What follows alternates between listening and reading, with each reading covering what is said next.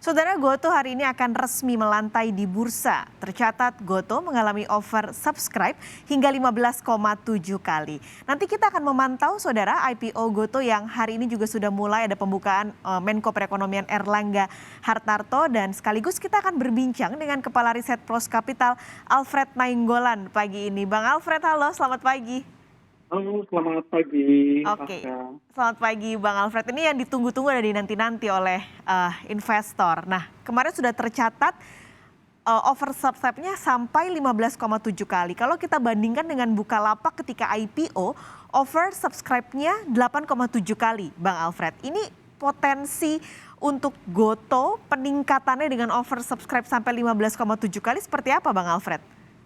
Ya, yang pertama tadi memang kalau hanya berdasarkan angka pengali oversubscribe memang terlihat jauh lebih besar ya untuk GoTo sendiri. Tapi memang perlu dipertimbangkan juga memang dari sisi size tentu tadi bahwa untuk buka waktu itu dana yang bisa dihimpun kurang lebih sekitar 22 triliun.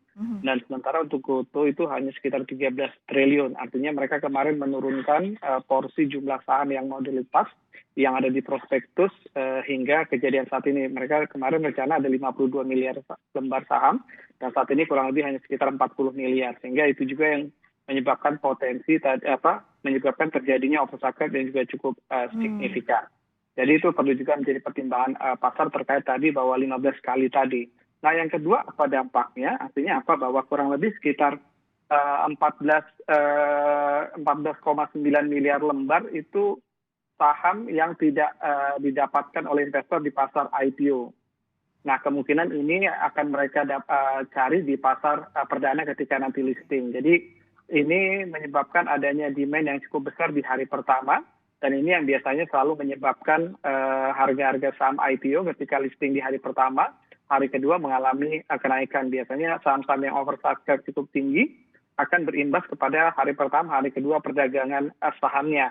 Karena tadi banyak investor yang tidak mendapatkan saham di pasar IPO, mereka akan memburu atau mencarinya di hari pertama listing. Bahkan kalau misalnya mereka tidak dapatkan juga di hari pertama listing karena adanya batasan auto rejection, mekanisme perdagangan, mereka akan membelinya di hari kedua dan jika memang belum dapat juga mereka akan terus buru. Sehingga itu yang membuat potensi kenaikan untuk saham-saham yang oversubscribe. Oke, berarti tapi masih ada potensi di hari pertama ini akan arah, Bang Alfred?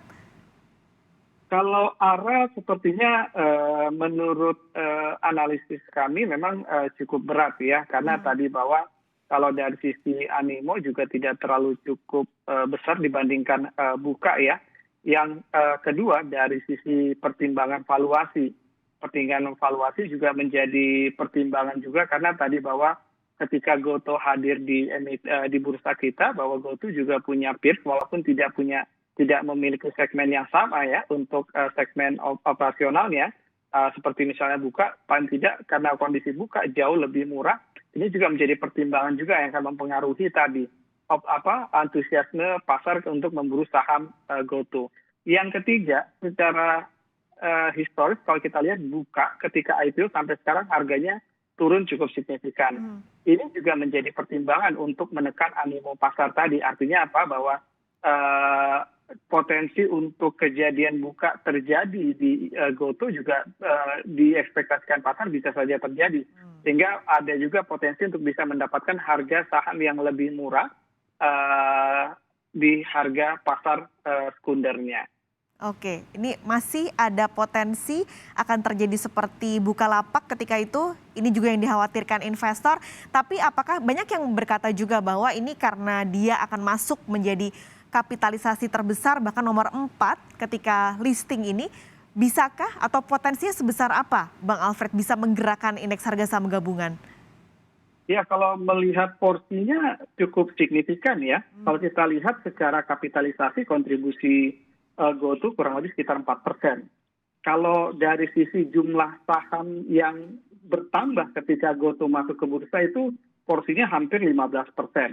Jadi kalau ditanya kontribusinya tentu jauh lebih besar karena dia bisa dibilang masuk di top 5 emiten dengan kapitalisasi terbesar. Sehingga nanti pengaruh pergerakannya juga akan berkontribusi terhadap indeks. Kalau hitung-hitungan kasar kita, penurunan saham GoTo 1% itu bisa berimbas terhadap 3 sampai 5 poin penurunan di IHSG-nya sendiri. Hitungan kasar kita artinya dampaknya juga cukup besar kalau bicara tadi pertanyaannya kontribusi GoTo terhadap indeks sendiri.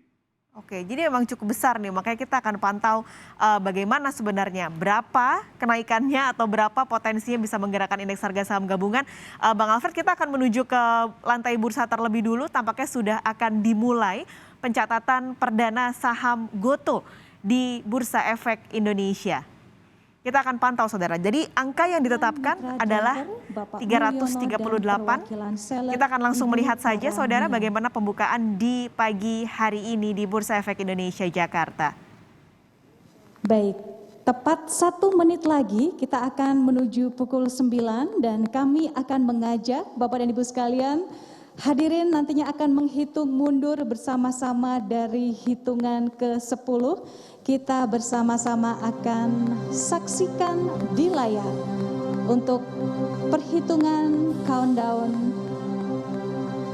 10, 9, 8, 7, 6, 5, 4, 3, 2, 1.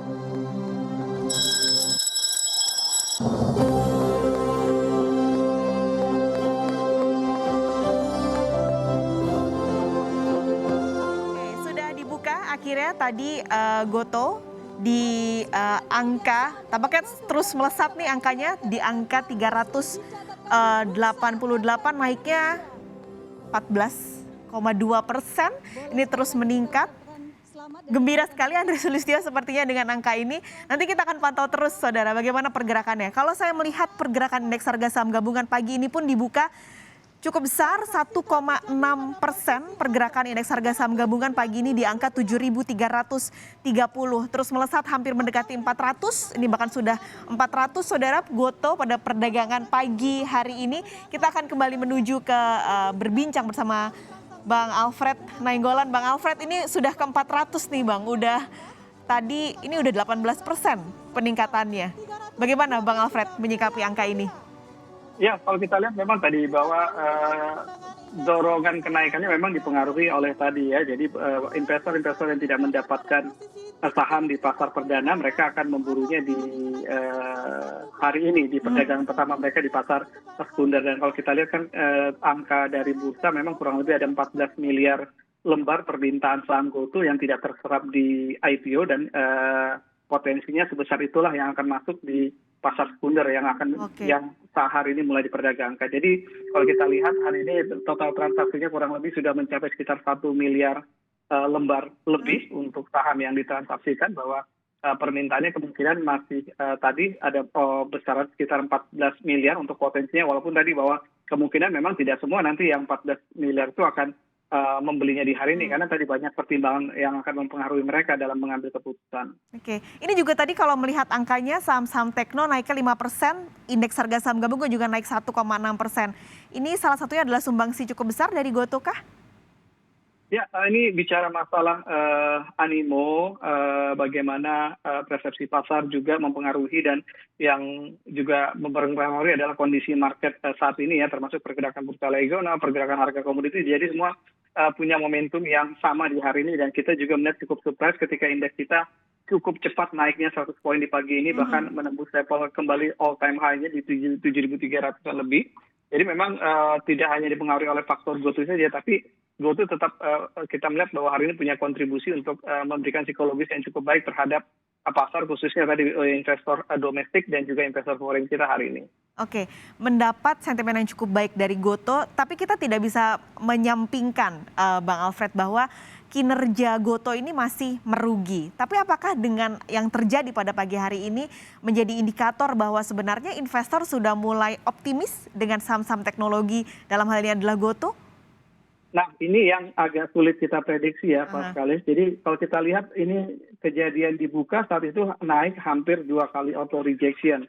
Tapi ternyata pasca itu banyak pemegang saham retail melakukan aksi profit taking. Dan saat ini juga untuk kenaikan saham GoTo hari ini, kita juga tidak bisa memastikan bahwa pembelinya adalah investor long term. yang memang akan memegang saham itu cukup lama. Justru kita melihat bahwa kalau potensi para trader yang masuk, kemungkinan mereka juga tadi ketika naik cukup signifikan menurut mereka secara return harian, kemungkinan akan mereka lepas. Jadi tadi bahwa kenaikan hari ini kemungkinan bisa saja tidak bertahan cukup lama. Jadi tergantung memang komposisi investor saat ini. Seberapa banyak tadi yang investor yang memang untuk medium dan long term, seberapa banyak memang investor yang short term yang memanfaatkan tadi momentum harian untuk untuk GoTo yang memang dalam beberapa hari ini memang akan banyak mendapat perhatian dari pasar. Oke. Berarti terakhir nih Bang Alfred, tips untuk investor yang mau mungkin saat ini belum mendapatkan kesempatan kemarin di ketika listingnya, tipsnya bagaimana Bang Alfred? Ya, yang pertama tadi memang kembali mencermati bahwa holding period ya. Jadi kalau bicara masalah saham-saham seperti Buka, GoTo, memang ini kan saham yang memang secara financial result juga masih negatif dalam beberapa tahun ke depan. Sehingga memang orientasinya akan sifatnya jangka panjang. Itu juga perlu menjadi pertimbangan. Yang kedua adalah ketika GoTo diperdagangkan hari ini, artinya bahwa ke depan kapan saja investor bisa membelinya. Jadi jangan juga FOMO atau tergesa-gesa karena faktor tadi euforia di hari pertama.